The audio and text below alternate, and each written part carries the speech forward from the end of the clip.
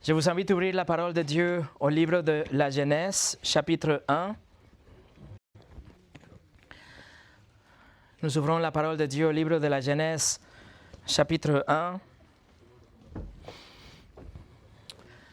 Le livre de la Genèse, chapitre 1. Et ceci est le 10e message de cette série par rapport au livre de la Genèse. 10 messages qui nous ont montré déjà à quel point notre Dieu est grand et combien il est important aussi de croire au récit de la Bible et de la Genèse au sens littéral. Si une personne croit à la Genèse 1:1, il n'aura aucun mal à croire tout ce que la Bible raconte par la suite. Si Dieu a créé toutes choses à partir de rien et dans un instant et sans effort du premier coup, parfaitement dans un but précis, avec beauté, sans gaspillage, et tout ça à travers sa parole. Alors, cette personne, alors nous pouvons conclure, nous pouvons savoir que c'est Dieu a le pouvoir pour faire toutes choses, que nous pouvons lui faire confiance parce qu'il peut faire toutes choses. Si vraiment Dieu a créé l'univers dans 6 jours littéraux de 24 heures, alors il n'a absolument aucune difficulté pour ce Dieu de faire que Jonas, par exemple, soit avalé par un grand poisson et qu'il reste en vie pendant 3 jours. Pas de problème. Aucun problème non plus de permettre à un âne de parler soudainement, ou d'envoyer du feu du ciel à l'époque de Sodome, ou de faire tomber les murailles de Jéricho, etc., de séparer la mer Rouge après avoir donné 10 plaies surnaturelles à l'Égypte, etc. Notre Dieu peut faire toutes choses. Alors, maintenant que nous sommes en train d'étudier le livre de la Genèse, notre foi grandit, n'est-ce pas? Et notre foi mourit quelque part parce que nous sommes émerveillés à chaque reprise de ce que notre Dieu peut faire. Émerveillés du récit de la création. Puis, lorsque nous méditons sur les plus grands miracles, le fait que Dieu se fait chair pour sauver son peuple, alors nous nous inclinons devant ce Dieu. Et nous disons, oui, notre Dieu peut tout faire, pas de problème. Alors nous sommes en train d'étudier le récit de la création verset par verset. Le premier jour, Dieu a commandé que la lumière soit. Et la lumière éclata, se séparant des ténèbres. Puis il arrive le 12e jour, où Dieu a créé la voûte céleste, cet firmament. Il a séparé les eaux pour créer l'atmosphère au milieu. Le 3e jour, il rassembla les eaux en mer et il a fait apparaître la terre ferme, mais aussi la terre devant un jardin d'abondance. Le 3e jour. 4e jour, Dieu orna les cieux de lumière céleste, le soleil, la lune, les étoiles. Et à la fin du 4e jour, Dieu regarda et il dit que tout était bon. La planète est prête. L'atmosphère, l'hydrosphère, il a créé au 12e jour et maintenant Dieu va peupler cette planète. Il va faire des animaux, car ça c'est le but en fait de tout ce que s'est passé jusqu'à présent, que la terre soit peuplée, remplie de vie. C'est ce que Ésaïe chapitre 45, verset 18 nous dit. Ésaïe 45, 18 nous dit, « Ainsi parle l'Éternel, le Créateur des cieux, le seul Dieu qui a formé la terre, qui l'a faite et qui l'a fermée, qui l'a créée pour qu'elle ne soit pas déserte, qu'il a formée pour qu'elle soit habitée. Je suis l'Éternel et il n'y en a point d'autre. » Ainsi, les 4 premiers jours ont été consacrés à la préparation pour la vie, afin que la vie animale soit créée au 5e jour, et puis au 6e jour, le point culminant de la création de l'homme, que l'homme sera prêt, racheté par Dieu le Fils. Alors aujourd'hui, nous en sommes au 5e jour, au cours duquel la puissance de Dieu et la sagesse de Dieu et la créativité de Dieu et le sens de beauté et de l'harmonie se manifesteront avec puissance, alors que Dieu va peupler la mer et le ciel. C'est ce que nous allons étudier aujourd'hui. Mais avant de commencer, prions ensemble.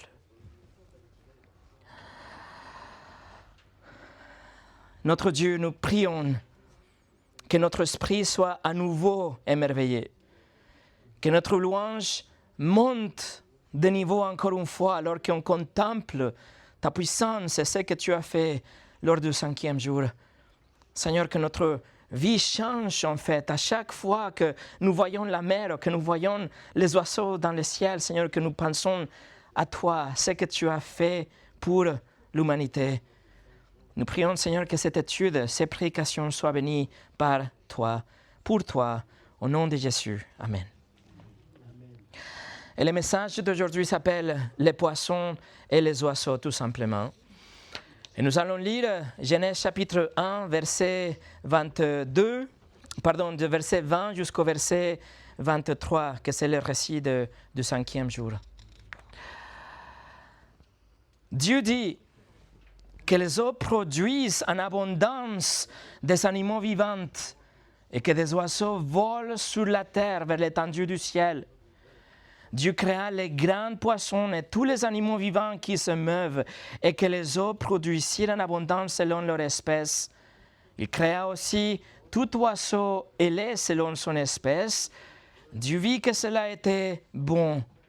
Dieu les bénit en disant « Soyez fécondes, multipliez et remplissez les eaux des mers et que les oiseaux multiplient sur la terre. » Ainsi il y a eu un soir et il y a eu un matin. Ce fut le 5e jour. Souvenez-vous que la même parole qui a fait que les eaux produisent maintenant ici au verset 20 est la même parole éternelle, la deuxième personne de la Trinité, Dieu dans la chair, que ça fait chair. Il était là dès le commencement, Christ le Créateur. Et celui qui prépare le terrain pour qu'après soit lui-même qui viendra en tant que notre Rédempteur. N'oubliez pas ça. Alors nous allons étudier ce qui s'est passé le 5e jour en 5 étapes aujourd'hui. Nous allons voir la vie dans l'eau. Numéro 2, la vie dans le ciel. Numéro 3, la vie selon son espèce. Numéro 4, la vie dans la reproduction. Et numéro 5, la vie au 5e jour. Donc, numéro 1, la vie dans l'eau. Souvenez-vous qu'il y a de l'eau qui est présente partout dans la terre. Vous vous souvenez, depuis les tout premiers jours, la terre a été recouverte d'eau. Mais depuis ces jours-là, elle était complètement vide. Il n'y avait rien, absolument rien d'autre que d'eau. Il y avait la mer, il y avait les océans si vous voulez, mais c'était que de l'eau et tout juste de l'eau. Rien à l'intérieur. Mais maintenant, en un instant, en un clin d'œil, Dieu change radicalement cela. Dieu dit, regardez verset 20, la première partie du verset 20, Dieu dit que les eaux produisent en abondance des animaux vivants. La Bible de Darby, la traduction de Darby, le traduit comme que les eaux foisonnent d'un fourmillement d'êtres vivants. Et ça, c'est plutôt l'idée. Dieu commande des créatures de fourmiller ou de même envahir la mer, les eaux. Le mot en hébreu, en fait, évoque l'idée d'un mouvement. C'est pour ça qu'il utilise cette idée. Un mouvement en toutes les directions, un mouvement rapide et constant de nombreuses créatures qui s'entrecroisent maintenant et de partout. Alors, il n'y avait absolument rien dans l'eau. Et Dieu a tout simplement voulu que d'un bout à l'autre de la mer apparaissent soudain des millions de créatures, d'êtres vivants dont ni le nombre ni le mouvement n'étaient limités. Le verset 20, ici aussi, nous parle des êtres vivants. Vous voyez le mot « vivant ». Le mot dans l'hébreu, c'est un mot que c'est nefesh. ce mot nefesh, ça veut dire vraiment l'âme ou la vie d'une personne ou d'un animal en fait. Mais ce mot nefesh est directement lié au mouvement. En fait, ce mouvement de la personne ou de l'animal nous montre que cet être est vivant, qu'il est conscient, qu'il peut réagir à son environnement, que cette personne ou cet animal, il va se communiquer avec les autres, avec ses semblables. Ça veut dire, ce mot, ça veut dire qu'elle possède ce que nous appelons comme l'instinct. Cet instinct qui pousse à se protéger, à se battre, à survivre. C'est ce mécanisme que nous voyons chez les personnes, bien sûr, mais aussi chez les animaux. Donc, au terme de la Bible, selon la Bible, les plantes, les arbres, la végétation ne sont pas vivantes parce qu'ils ne sont pas cette capacité de mouvement et ils n'ont pas non plus une conscience. Nous savons que dans termes biologiques, oui, ils sont vivantes, mais selon la classification de la Bible, ils ne sont pas cette conscience ni un mouvement. En fait, le mot, littéralement, nefesh, ça veut dire ce qui respire, mais dans un sens littéral, visuel. Alors, il avait de l'eau. Et soudain, Dieu créa des nuées, des milliers de poissons de toutes les couleurs et des créatures de toute taille que du coup commencent à filer, ils sont en train de glisser, ils rebondissent, ils plongent, il y a maintenant de la vie à l'intérieur de la mer. Des poissons faisant scintiller des reflets argentés et dorés et cramoisis et saphirs sous les vagues. Vous voyez, la mer est vivante maintenant. Dieu créa d'un seul coup des millions de poissons, des raies volantes, des méduses lumineuses, des petits nautilus à coquilles spirales, des pulpes qui peuvent changer de couleur, des minuscules crevettes et d'imposantes baleines. Chaque créature marine est absolument unique et créée au 5e jour par notre Dieu glorieux, notre Créateur glorieux, le Seigneur Jésus-Christ. Écoutez Néhémie, chapitre 9, verset 6. Néhémie 9, 6. C'est toi, Éternel, toi seul, qui as fait les cieux des cieux et toute leur armée, la terre et tout ce qui est sur elle, les mers et tout ce qu'elle renferme. Tu donnes la vie à toutes ces choses, et l'armée des cieux t'adore. Voilà la déclaration de la Bible. Écoutez le prophète Jérémie. Jérémie 32, 17. C'est ce qu'on vient de lire avant le culte. Ah Seigneur éternel, voici, tu as fait les cieux et la terre par ta grande puissance et par ton bras étendu. Rien n'est étonnant de ta part. Vous voyez, la vie dans la planète n'a pas commencé par un fragile amas de protoplasme qui serait formé d'une manière quelconque à partir des charges électriques dans l'océan primitif comme le croient les évolutionnistes. Non!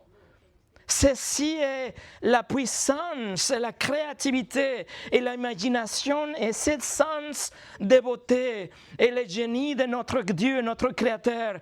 C'est Dieu qui a pu créer dans un instant et sans effort des millions et des millions de poissons et de créatures marines dont le nombre s'élève en réalité à des billions de créatures. Chaque écaille, chaque nageoire, chaque tentacule, chaque coquille, chaque petit cœur à l'intérieur de chaque petit poisson a été façonné par Dieu à partir de rien. Si cela ne vous étonne pas, je ne sais pas quoi dire.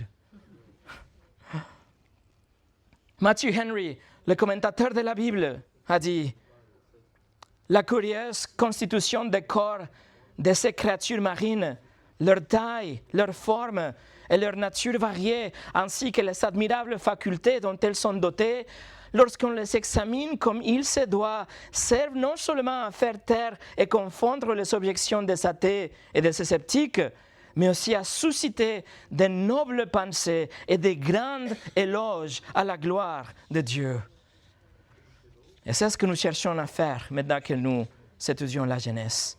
des éloges à Dieu. Numéro 2, la vie dans le ciel.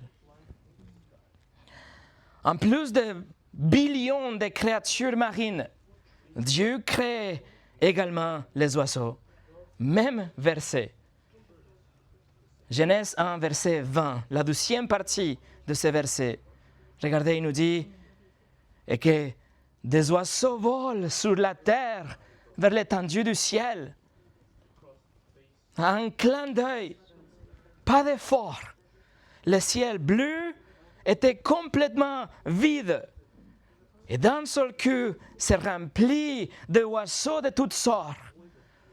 Mais veuillez noter ici, mes amis, que nous ne voyons pas les mêmes mots comme fourmiller ou envahir le ciel. Pourquoi? Parce que la population des oiseaux n'est pas aussi élevée que celle des poissons. Juste comme aujourd'hui, vous pouvez regarder le ciel et on aperçoit parfois des oiseaux qui volent par ici et par là. Mais si l'on regarde sous l'eau, juste à quelques mètres du rivage, on peut voir déjà des centaines de poissons à la fois. Donc, verset 20 ici ne nous dit pas non plus que les oiseaux sont des êtres vivants. Vous voyez, il n'a pas le même mot pour être vivant, mais le verset 20 nous dit qu'ils volent, littéralement, qu'ils sont libres pour voler en toute direction. Ils peuvent aller dans des couches inférieures de l'atmosphère et voler partout où ils veulent. Et comme nous savons aussi que les oiseaux sont doués de conscience, tout comme les poissons, qu'ils cherchent à se protéger, à se communiquer, à prendre soin les uns des autres, vivre en communauté, se défendre, alors tout ça, c'est ce que nous appelons un instinct. Donc, selon la Bible, il s'agit aussi des êtres vivants au sens biblique. Et en fait, si vous regardez plus loin au verset 30, les oiseaux sont mis ensemble avec les animaux terrestres comme étant dotés de la vie. Genèse 1, verset 30 nous dit « Et à tout animal de la terre, et à tout oiseau du ciel, et à tout ce qui se meut sur la terre, ayant en soi un souffle de vie. » Voilà la vie, le nefesh dont on a parlé tout à l'heure. Je donne toute l'herbe verte pour nourriture, et cela fut ainsi. Alors nous pouvons imaginer 400 milliards d'oiseaux créés soudainement et instantanément, volant librement, faisant des allers-retours aux quatre coins de la terre, de toute taille, de toute couleur, et leur chant et leur cri remplit l'air comme si c'était une symphonie. Et du coup, le ciel aussi est vivant. Le psaume 50, verset 11, Dieu dit « Je connais tous les oiseaux des montagnes, et tout ce qui se meut dans les champs m'appartient. » Voilà le Créateur, le propriétaire de toutes choses. Alors les eaux regorgent de vie. Le ciel éclate de vie aussi. Et il y a des pâturages verdoyants couverts de végétation exubérante, ainsi que toutes sortes de fleurs d'arbres. Et ainsi, le vide, le désert qui était dans la terre. Vous vous souvenez du terme bohu dont nous avons beaucoup parlé au verset 2. Le bohu maintenant est annulé, effacé. Il y a désormais de l'ordre, de la beauté, de la vie. Cette explosion de vie du 5e jour nous ouvre aussi la voie vers l'éclat de vie qui vient à travers l'Évangile, n'est-ce pas? Où Christ redonne la vie au cœur mort. La création et la nouvelle création et la récréation d'un cœur lui appartiennent. Voilà notre Créateur. Numéro 3, la vie selon son espèce. Alors le récit historique, ici la Genèse, va reformuler le même acte de la création. Il va nous dire encore une fois par rapport aux poissons et par rapport aux oiseaux, mais il va nous donner encore des détails plus précis. Verset 21. Regardez Genèse 1, 21. Dieu créa les grands poissons et tous les animaux vivants qui se meuvent et que les eaux produisirent en abondance selon leur espèce. Il créa aussi tout oiseau est selon son espèce, et Dieu vit que cela était bon. Les oiseaux, les poissons sont créés, et le mot que la Bible utilise pour créer, c'est un mot en hébreu que c'est bara. C'est un mot très important parce que c'est un mot qui n'apparaît que 3 fois dans le récit de la création dans Genèse chapitre 1 et on va le voir une fois dans la Genèse chapitre 2. Mais dans l'ensemble de l'Ancien Testament, ce mot est utilisé seulement pour désigner un acte de création de Dieu, un acte direct de création de Dieu.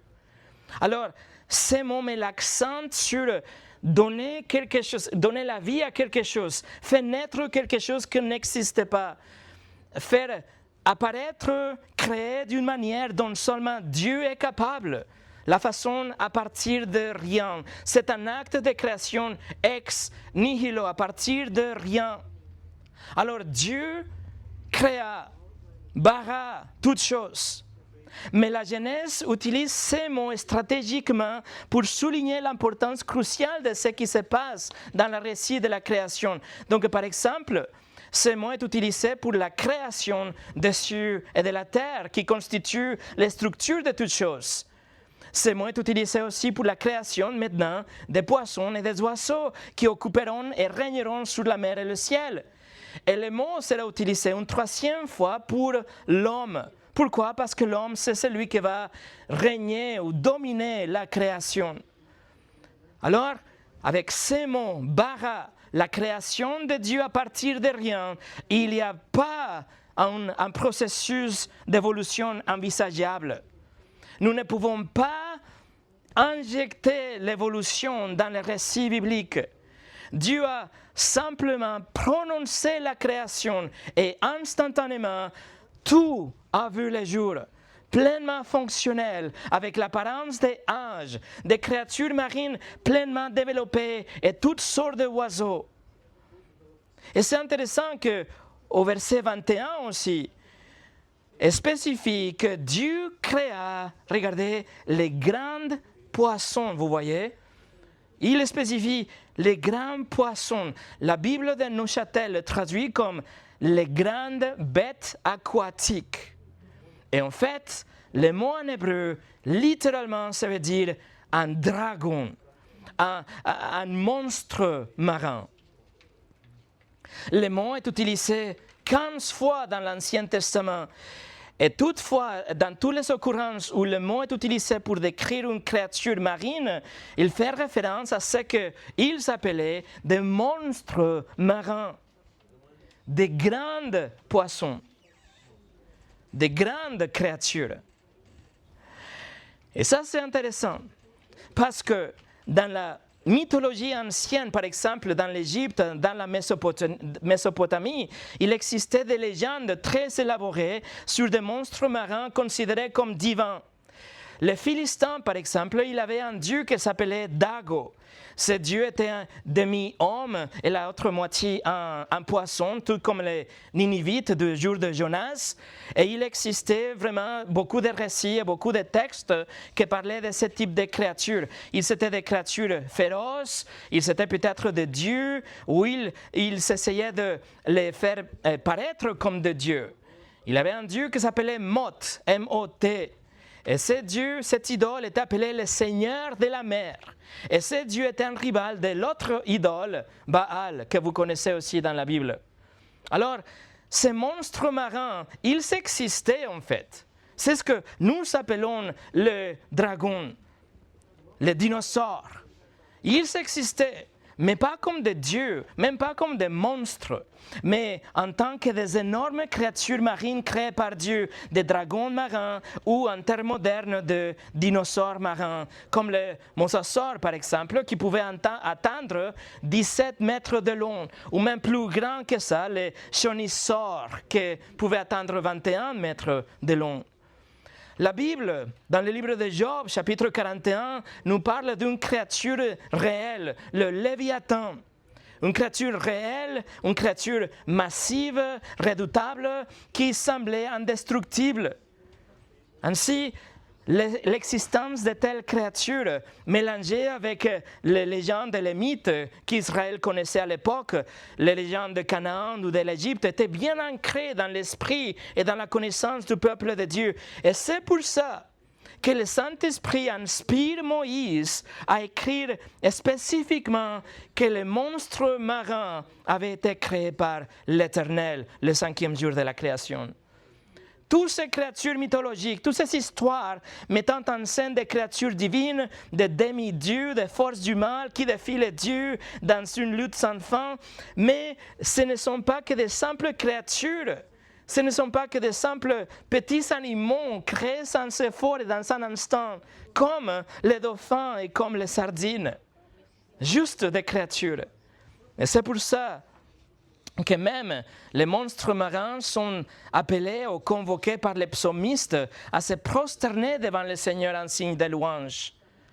Le psaume 148, verset 7, nous dit « Louez l'Éternel du bas de la terre, monstres marins, et vous tous, abîmes. » Et plus loin, le verset 13 nous dit qu'il loue le nom de l'Éternel, car son nom est élevé, sa majesté est au-dessus de la terre et des cieux.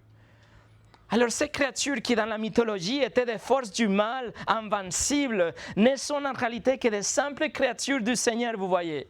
C'est juste au même titre que les girafes ou les pingouins ou les chats, juste des créatures soumises à la volonté de Dieu et qui louent même le Seigneur dont la puissance et la grandeur s'élèvent bien au-dessus du ciel et de la terre. Malgré toutes les caractéristiques redoutables de ces léviathans que vous pouvez voir dans le livre de Job, le léviathan n'est qu'un poisson attrapé à la ligne ou un animal de compagnie juste pour se divertir pour notre Dieu.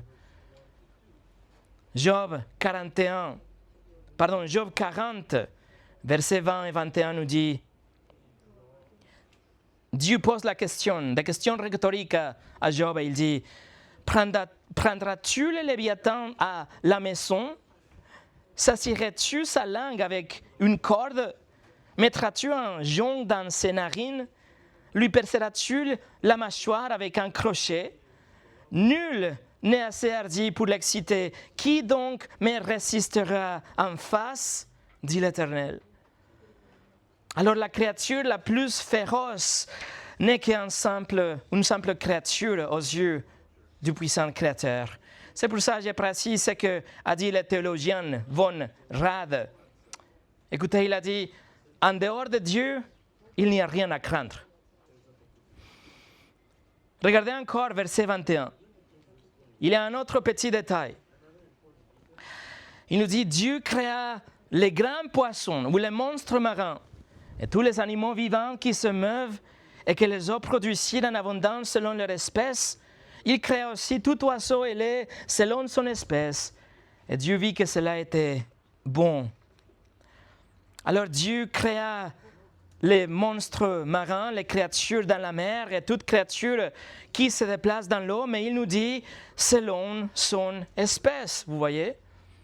Juste comme les plantes que nous avons déjà étudiées le 3e jour, le système de reproduction biochimique des créatures marines, ça avait été programmé pour assurer la préservation des espèces, ce qui correspond à ce qui affirme la génétique moderne, à savoir que le ADN de chaque espèce est programmé pour permettre de se reproduire au sein de la même espèce. Il permet d'avoir des variations, mais au sein de la même espèce et jamais au-delà de la structure de l'espèce en elle-même. Il va de même pour tous les oiseaux. Et la deuxième partie du verset 21 nous le dit qu'ils ont été créés selon leur espèce. Ce qui nous dit encore une fois que les espèces sont complètement immuables. Il existe certes des variations au sein d'une même espèce, mais vous n'allez jamais voir un canard avec les pattes d'un aigle et avec les ailes d'un poulet. Heureusement. Et d'ailleurs, le verset 21 répond à la question à 1 million d'euros. La question, qui est apparu en premier, l'œuf ou la poule? Réponse, la poule. Dieu a créé tous les oiseaux dotés des ailes au 5e jour. Il a créé au moins 2 de chaque afin que les premiers œufs soient pondus par la suite. Alors oui, Dieu a permis qu'il y ait des adaptations et des micro-évolutions à l'intérieur de l'espèce, juste pour survivre, juste pour s'adapter à l'environnement, de sorte que les pinsons, par exemple, développent différents types de becs pour mieux s'adapter à un environnement donné. Mais les pinsons resteront toujours des pinsons. Et c'est ainsi que Dieu l'a voulu. L'évolution selon laquelle une espèce se transformerait en une autre est totalement fausse. Mais qu'en est-il des fossiles, par exemple? Les fossiles ne montrent-ils pas qu'une espèce évolue vers une autre espèce? Et la réponse est absolument pas. C'est faux. En fait, la plus farouche adversaire de Charles Darwin n'étaient pas des religieux, mais c'était des spécialistes des fossiles, des paléontologues. Darwin a dit ça, écoutez, je cite, il dit « Les fossiles constituent l'objection la plus évidente et la plus grave que l'on puisse opposer à ma théorie. » Et d'après les fossiles, le consensus à l'époque de Darwin était que les espèces ne changent pas. C'est ce qu'ils avaient décidé, trouvé. Darwin a dit, tous les paléontologues les plus éminents et tous les plus grands géologues ont affirmé à l'unanimité, souvent avec véhémence, cela. C'est-à-dire qu'il n'y avait pas de changement des espèces. Les registres de fossiles nous montrent que les espèces ont le même aspect lors de leur première apparition dans les registres fossiles et lors de leur dernière apparition de fossiles. C'est exactement la même chose. D'un seul coup, c'est la même chose. Jamais il y a une progression comme s'il évoluait. C'est le professeur de Harvard, Philip Johnson. Il est un chrétien. Il est mort en 2019. Il a dit... Si l'évolution désigne la transformation progressive d'un type d'organisme à un autre, la caractéristique marquante des archives fossiles est l'absence de preuves de l'évolution. Et en fait, la théorie de l'évolution affirme que la vie est apparue dans l'eau, vous le savez, puis que la vie dans l'eau est devenue des poissons et les poissons se sont transformés dans une sorte de reptile, puis les reptiles se transformés dans des oiseaux et après dans des mammifères et après ils sont devenus des humains. Mais leur problème le plus grand, c'est que telles transformations n'ont pas jamais été observées dans les registres des fossiles et ne le sont jamais observées puisqu'ils n'ont jamais existé. Écoutez ce que cet évolutionniste a dit, Neil Eldredge.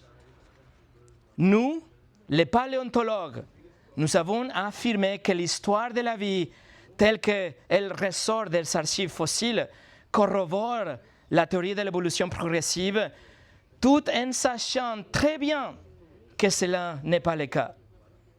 Voilà le témoignage de cet évolutionniste. Dieu nous dit qu'il a créé les deux en même temps. Les poissons et les oiseaux, séparément, est déjà parfait et dans un instant, au 5e jour. Et une dernière chose très importante aussi à la fin du verset 21, c'est que Dieu vit, que cela était bon. Dieu vit que sa création au 5e jour était bon, y compris les monstres marins. Tout était bon. Pourquoi? Parce qu'il n'avait pas de péché. Il n'avait pas de mort. La création était bonne. Ce qui est tout à fait contraire à l'évolution, parce que l'évolution implique nécessairement la mort pour pouvoir évoluer. Alors, mes amis, quel que soit l'angle sous lequel on aborde l'évolution, la Bible et la science empirique la réfutent catégoriquement, sans réserve et sans équivoque. John MacArthur a dit, on ne trouve nulle part de l'évolution dans la Genèse 1. Elle n'y figure pas. Il est impossible d'interpréter ces chapitres et en tirer la conclusion de l'évolution. C'est tout simplement impossible. Il faudrait pour cela nier la vérité. Pourquoi faire cela? Pourquoi voudrait-on offenser Dieu et blasphémer contre lui ou le déshonorer afin d'honorer une évolutionniste athée ou afin de se forger une certaine crédibilité scientifique? Pourquoi on ferait ça? Numéro 4, la vie dans la reproduction. Alors non seulement Dieu a déclaré que toute la création était bonne, mais il a également béni ces créatures. Regardez le verset 22. Dieu les bénit en disant, « Soyez féconds, multipliez et remplissez les eaux des mers et que les oiseaux multiplient sur la terre. » Alors les animaux ne sont pas l'objet de l'amour de Dieu au même titre que les êtres humains. Mais, comme vous le voyez, il se soucie néanmoins de eux. Jésus a dit qu'aucun moineau ne tombe sans que Dieu ne s'aperçoive et qu'il leur donne à manger aussi. Et ici, aussitôt qu'ils ont été créés, Dieu les a bénis. Et c'est la toute première fois que Dieu en fait s'adresse à ces créatures. Et il est significatif que les premiers mots qu'il prononce, c'est des mots de bénédiction. C'est une bénédiction qui apparaît ici que pour la toute première fois dans la parole de Dieu, dans les Écritures. Alors Dieu bénit les oiseaux et les poissons. Comment?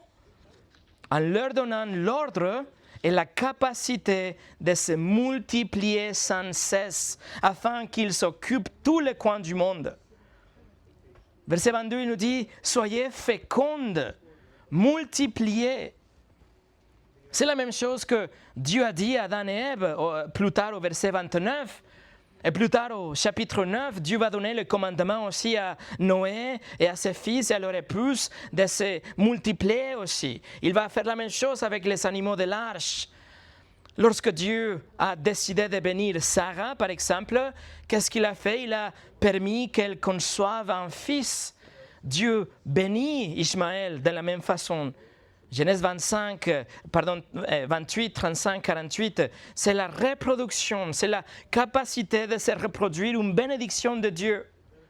Alors pourquoi c'est important ici? Parce que au 5e jour, tout était bon, oui, tout allait bien. Mais dès que l'homme a péché, toute cette créature a été maudite. Et la mort est rentrée dans la création.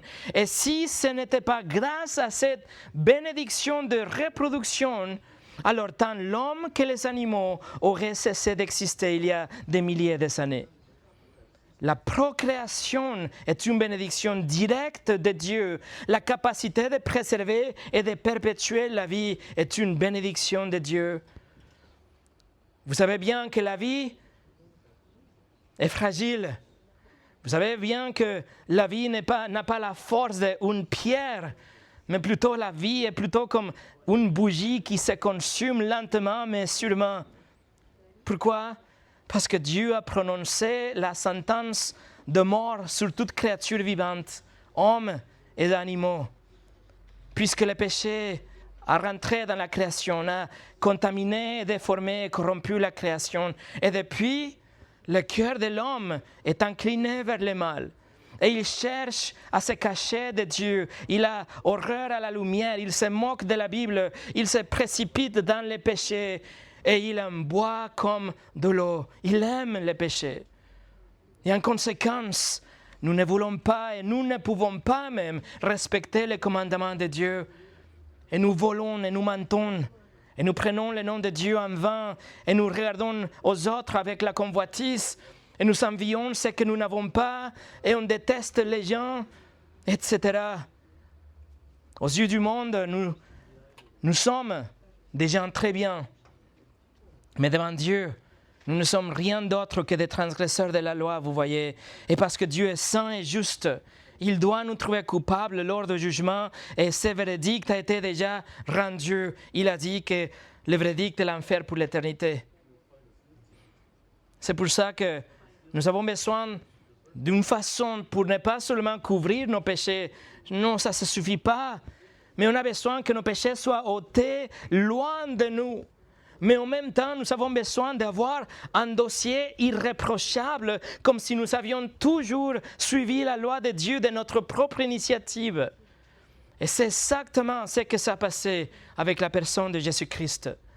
La deuxième personne de la Trinité est descendue, celui qui a créé les poissons et les oiseaux, s'est incarné et est venu parmi nous il y a 2000 ans et il a mené une vie parfaite, sans péché, et son dossier parfait nous l'a offert. Et en échange, il a pris notre vie pécheresse et obscure.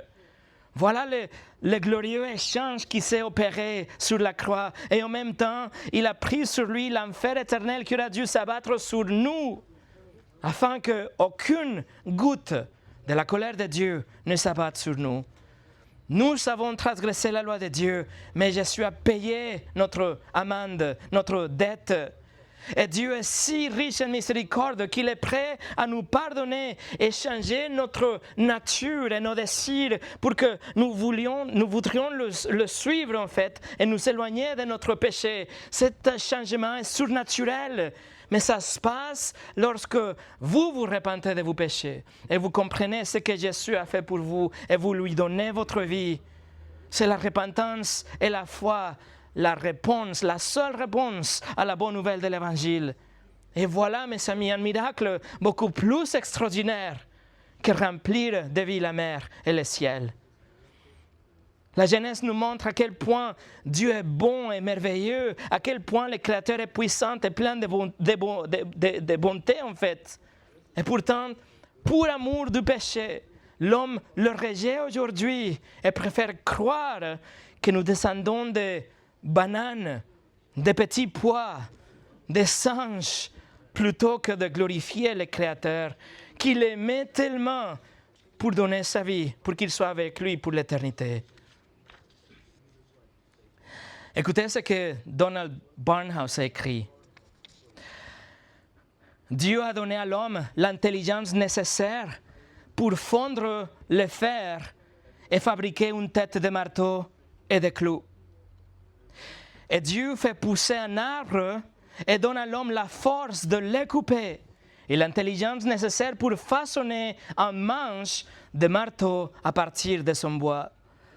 Et lorsque l'homme aura le marteau et les clous, Dieu tendra la main et laissera l'homme enfoncer ses clous dans sa main et les fixer sur une croix, dans la démonstration suprême que les hommes rejettent Dieu.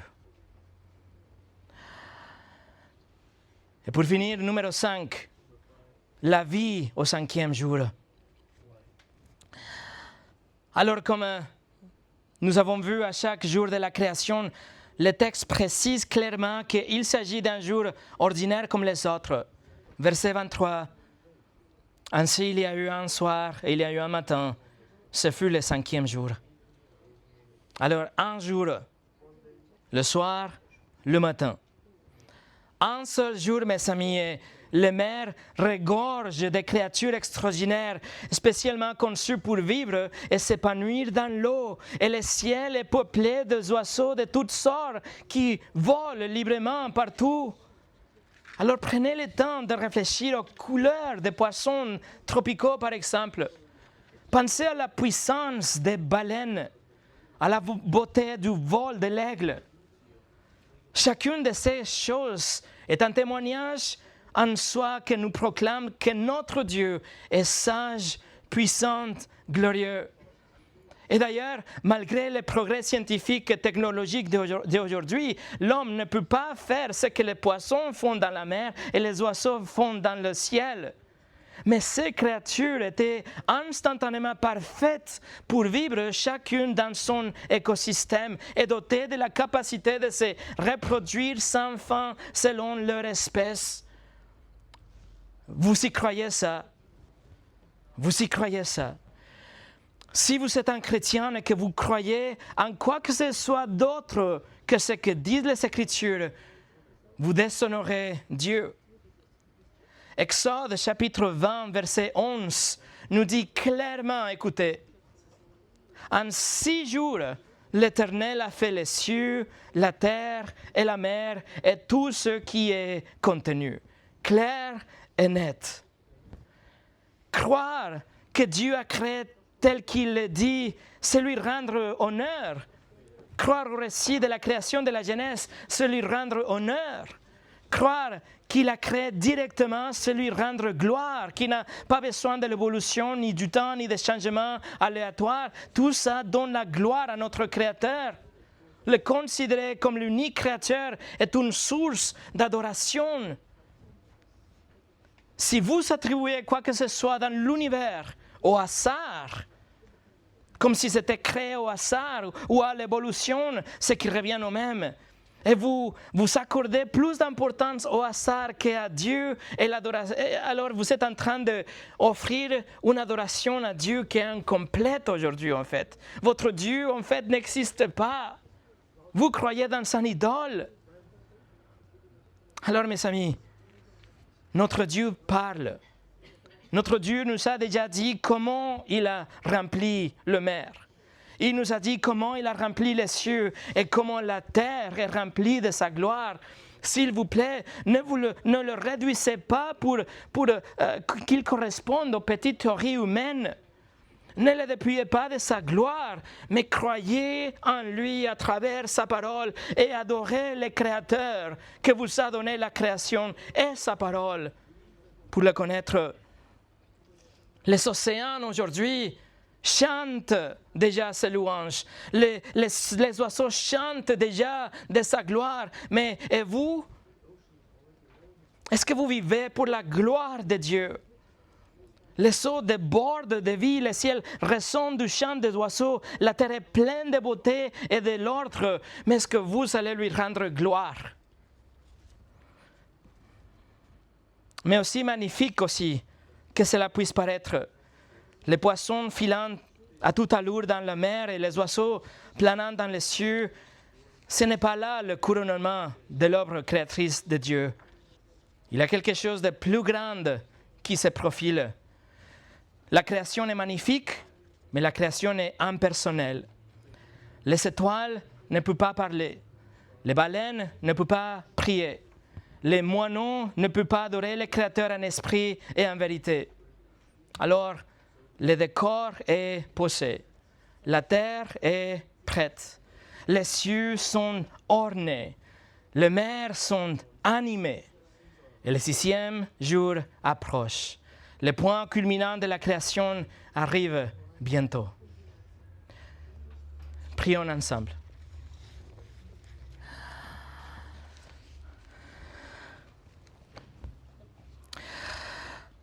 Notre Dieu, nous sommes reconnaissants pour ce que nous voyons dans ta parole. Merci que tu nous as donné les Écritures pour qu'on puisse voir ces choses que tu as faites dans la création. Merci que tous ces récits, chaque verset, chaque mot nous rappellent de ta majesté et ta puissance et notre désir est de te louer, te glorifier. Et ce désir continue à grandir alors que nous te connaissons plus. Seigneur, et c'est notre prière aujourd'hui, que toute cette étude de la Genèse ne reste pas dans un niveau intellectuel, mais que ça descende dans notre cœur. Que nous puissions voir dans la nature, dans la création, l'empreinte de ta personne. Que nous puissions voir comment tu es grande et merveilleuse et puissante. Et que tout ça nous donne l'envie de vivre pour ta gloire, de nous rapprocher de toi et raconter aux autres de ce Dieu qui a tout créé, le Dieu créateur. Je prie, Seigneur, pour mes frères et mes sœurs ici, qu'ils puissent vivre dans la lumière d'un Dieu glorieux, le créateur de toutes choses, et qu'en vivant dans ta création, nous puissions te rendre gloire dans n'importe quel domaine de notre vie. Que ce soit la cible de notre journée, chaque jour, jusqu'à ce que tu nous appelles. Au nom de Jésus. Amen.